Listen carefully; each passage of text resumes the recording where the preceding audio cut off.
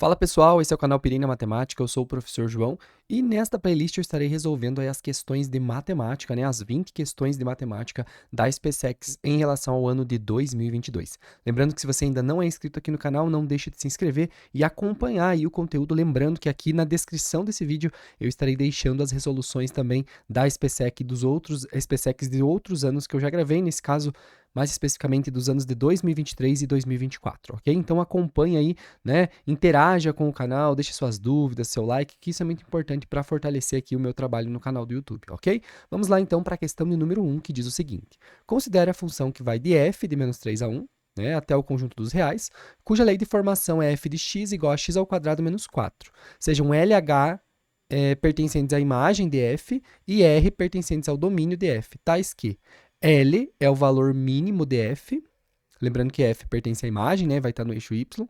H é o valor máximo de f, tá? Também pertencente à parte da imagem. E R é o zero de f, certo? Aí está falando, os valores de L, H e R são respectivamente. Nós temos que tomar um cuidado aqui, que a nossa função, né? Nós utilizaremos a interpretação para esse intervalo aqui de domínio, né? De menos 3 até 1.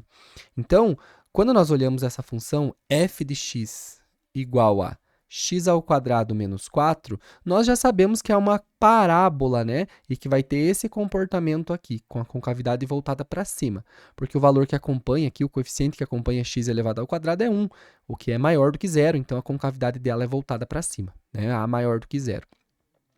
E aí nós precisamos, né, quando nós pensamos lá na função do segundo grau, no desenho dela, nós precisamos entender, né, em quais pontos que essa função corta o eixo x, certo? Que são as raízes da nossa função.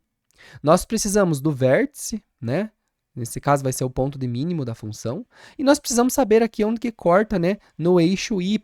Aqui o nosso desenho não ficou muito bom, né? Porque dá a entender que está cortando na origem, né? Mas nós precisamos saber aonde corta no eixo y também. Então eu vou deixar aqui uma espécie de gráfico para a gente analisar, tá? E vai facilitar bastante a nossa vida. Então eu vou deixar aqui, ó, eixo y e eixo x. E aí vamos começar a analisar algumas coisas, tá? Então vamos lá. Primeiro, quais são as raízes dessa equação? Raízes é eu pegar a minha equação e igualar a zero. E aqui nesse caso é uma equação de segundo grau incompleta, então eu posso passar aquele 4 lá para o outro lado, 4 positivo, então x é igual a mais ou menos a raiz do 4. Ou seja, x é igual a mais ou menos 2. Então eu sei que a minha função, ela corta, né, o eixo x em 2 e menos 2. Então, aqui, ó, temos menos 1, aqui temos o menos 2, então vai cortar aqui. E ela vai cortar aqui em 1, 2, nesta parte aqui, né, do meu gráfico.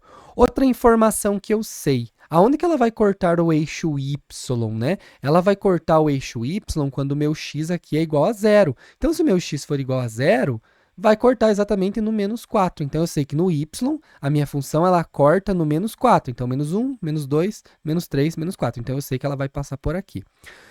Aqui eu já consigo perceber que o vértice da função, ela já está aqui nesse ponto, né? 0 para x e menos 4 para y. Mas, caso não tivesse, né?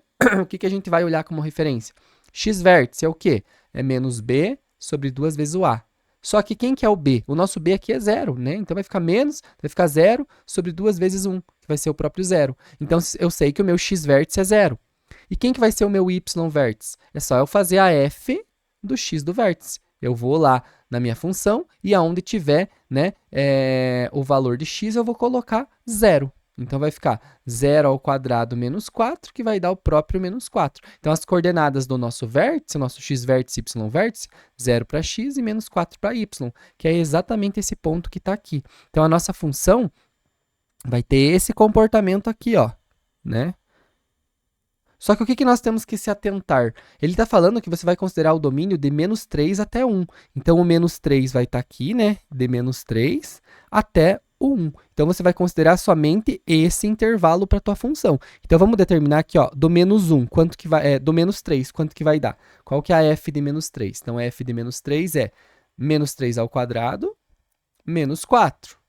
Então, menos 3 ao quadrado vai ficar 9, menos 4 igual a 5. Então, a f aqui de menos 3 é igual a 5. Então, 1, 2, 3, 4, 5. Nosso desenho não vai ficar tão proporcional, né? Mas vai pegar lá no 5. 1, 2, 3. Seria mais para cima um pouquinho, mas não tem problema, que meu desenho não vai ficar bem, esteticamente bem agradável aqui, né? Mas vai pegar lá no ponto 5, tá? E ele vai até o valor 1.